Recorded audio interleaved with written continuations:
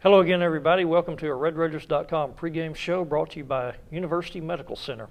I'm Don Williams from the Avalanche Journal. Next to me is Nicholas Talbot, AJ Media Sports Editor. And Nick, Saturday night, 7 p.m. out at Jones AT&T Stadium. It's a big one. Texas Tech Red Raiders coming in 1-0 off a bye week against Arizona State Sun Devils, who are 1-1. First Pac-12 conference team to play at Jones Stadium since Oregon back in 1991.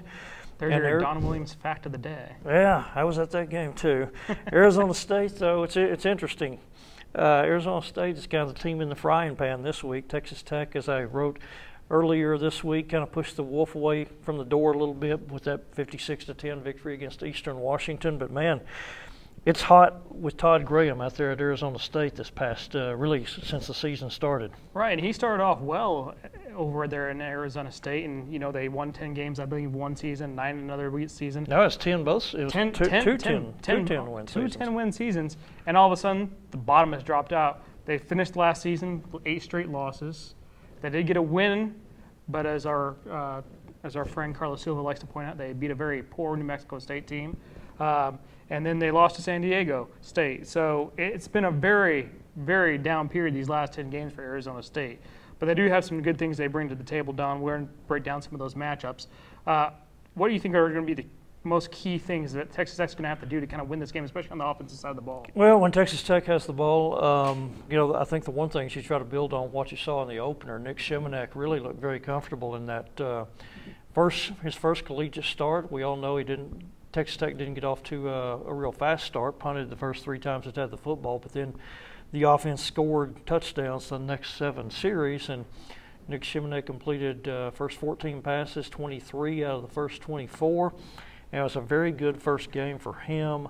And you had of course, he had a long touchdown pass to Derek Willies for 75 yards. Kiki QT got off to a great start with a 67-yard touchdown and a 17-yard touchdown, if I remember correctly. And so I think you try to build on that. And the other thing, one of the storylines coming out of the Arizona State camp is the new defensive coordinator, and it's an old defensive coordinator from Texas Tech's, as far as Texas Tech familiarity goes, with Phil Bennett coming off the Baylor staff. Yeah, and one thing that Arizona State's done well, though, Don, that I think Texas Tech's going to have to really look out for is the sack. They're third in the country in sacks this season. The offensive line looked good last week after the first few series. After those first 3 hit-miss series, the offensive line looked a little bit better. They did give up 2 early sacks. They did give up 7 tackles for loss. I think Texas Tech lost 36 yards on tackles for loss last week. That's something that Arizona State does very well. And that's a matchup I'll be looking at very closely this week to see how the Texas Tech offensive line responds, because they did very well against Eastern Washington, I think, outside those first couple series, especially since they were missing Travis Murphy, which was a big loss. But I'm really looking forward to seeing how the Red Raiders offensive line has grown against a defensive line that may be one of the better ones in the country. Yeah, and that's the thing. They've kind of spread around. Arizona State has, I believe, 10 sacks so far. I don't know that they have an All-American type guy, but Karan Crump, who's an edge rusher, is off to a really fast start with 4 sacks. And then they have a real experienced interior tandem with Tayshawn Smallwood and JoJo Wicker. Wicker being a guy that the Red Raiders are familiar with. He actually is a California kid who visited Lubbock, and Texas Tech was one of his finalists before he chose ASU. And then A.J. Latu, the other edge rusher. So they've kind of spread around. Crump leads with 4 sacks. They have a couple of guys with 2.5 sacks and kind of 1 here and there. So it'll be another opportunity, I think, not only for the Red Raiders to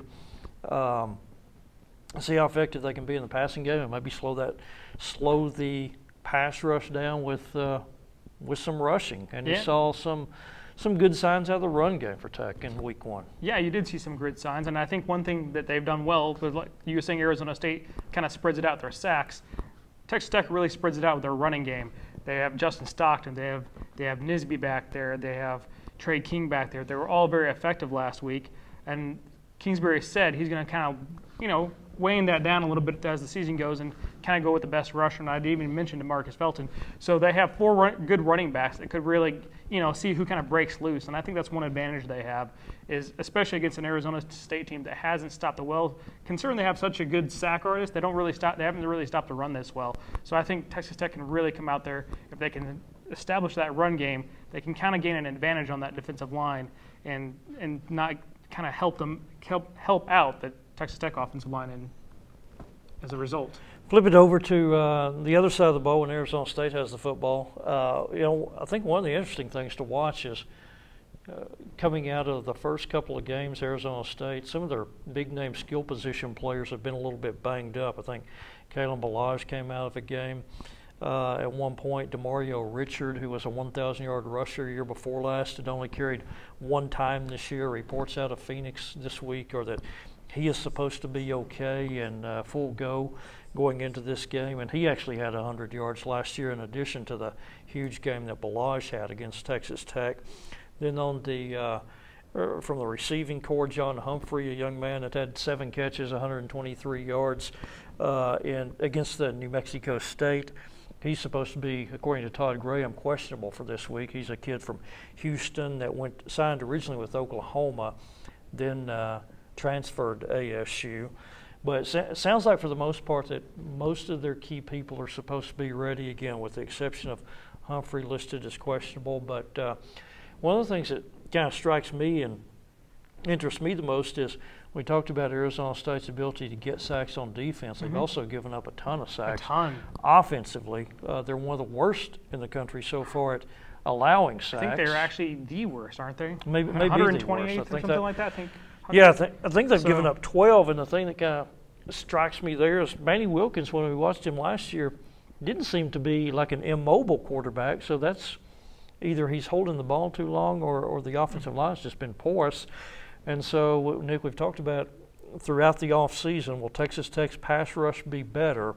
Here's an opportunity for them to show it if it is. It definitely so, because they only had 1 sack last week against a team that hasn't really looked that good so far this season. Eastern Washington followed up the loss to Tech by losing 40-13 to North Dakota State. Of course, North Dakota State's a very, very good FCS team, but they are an FCS team. So, I am very interested. That's the other matchup. I think it's going to be one. This game's going to be won in the trenches. Texas Tech games are usually won through the air. I think this game's going to be won in the trenches. How Texas Tech's offensive line holds up, and whether or not the defensive line can get any pressure on Manny Wilkins. If they can get him down 3 or 4 times, I think they have a huge advantage. Or 5 or 6, like the first couple of teams. Well, if they're 5 or if they get 5 or 6 done, I think they're going to win this game. Yeah, and that may be much to ask because Tech hadn't really sacked the quarterback too much. No. But this is an opportunity for Lonzo Gilmore, if he is what they hope he is, he should get a couple on Saturday night. He should. Another one, Tony Jones, I think he kind of has been stepping up, could maybe get a sack or 2. And if a linebacker can come up and get a sack, in coverage sacks or anything like that, I think that's going to be a huge step to stopping the Arizona State offense. If they can push them back in the field, they can make them pass the ball, which of course defends one of Texas Tech's weakness the last few years, which is the run, where Arizona State absolutely tore them apart last year, even though the Sun Devils weren't an especially good running team outside of that game. Yeah, I think I want to say last in the big, or maybe it's this year I'm looking at, last in the big Pac-12 in rushing. Yeah, so this year they have not been a real prolific run game except against Texas Tech. Yeah, they're only averaging, I think, about 61 yards rushing a game this year. Ballage has, I believe, 128 or 123 yards rushing, and that's the same exact total the rest of the team has because they have 0 yards positive outside of that when you add them all up. So they haven't really done a real good job of running the ball. So if Texas Tech can sack them in the backfield, force them to run the ball, and able to stop the run better than they have in the past, maybe hold them to, let's be realistic, hold them to 150 yards or 180 yards, I think they're in very good shape. The odds makers have Red Raiders favored by 7.5 points. I guess it's time to make our picks. You want to go first, Nick? Sure, I'm going to do the contrarian pick. Just for the sheer example that last year Arizona State wasn't still good and they still won this game. What I really want to see from Texas Tech, I want them to show me those 2 things. I want them to win this game in the trenches before I start picking them to win these games where I think they could go either way. So I'm going to go Arizona State in a very close game. I'm going to call it 42-38 Arizona State, and I think it could be even closer than that. Score indicates. I think it could come down to last-second field goal. I think the game's going to be very close just because these 2 teams, they like Texas Tech doesn't stop the run very well. Arizona State doesn't rush the ball very well. Texas Tech doesn't get sacks, but Arizona State gives up sacks. So to me, this is a very hard game to predict because if one of those categories shifts, the other team's going to win. You know, I hadn't really thought about while we were sitting here until you mentioned it a moment ago. But one factor that also could help Texas Tech special teams, Arizona State, even though they were really down the last couple of years, they had fantastic specialists with Zane Gonzalez, one of the most prolific field goal kickers in NCAA history. He was a senior last year. Sun Devils don't have him anymore, and then in addition, their punter last year averaged 44 yards per punt. He's the Miami Dolphins punter now, and he pinned Tech inside the ASU pinned Tech inside the 10 4 times to start drives last year. Their punter this year is a young man from Australia who has actually had problems with had an issue with his right foot, so he punted left-footed, I think, last week. Michael Sleep Dalton, but he's supposed to be okay again this week. Tech's punter says he can do the same thing. Well, I don't think we've seen it in the game yet, but. That's right. So anyhow, I'm going to go Texas Tech 35, Arizona State 31 in this one. I think some of the things have happened since last year in the ASU program and since last year in the Tech program. Blend that in with the home field advantage, and I think the Red Raiders actually pull out a victory in this one, 35-31. So that will, I think, put a wrap on it for this time. We will, again, see you at the stadium on 7 p.m. on Saturday night, Texas Tech against ASU. We thank you for watching and listening and tuning in. Keep it, stay on RedRaiders.com, LubbockOnline.com every day of the week for Texas Tech football coverage and Texas Tech sports coverage in general. For AJ Media Sports Editor Nicholas Talbot, I'm Don Williams from the sports staff. We'll see you again soon. This has been the RedRaiders.com pregame show brought to you by University Medical Center.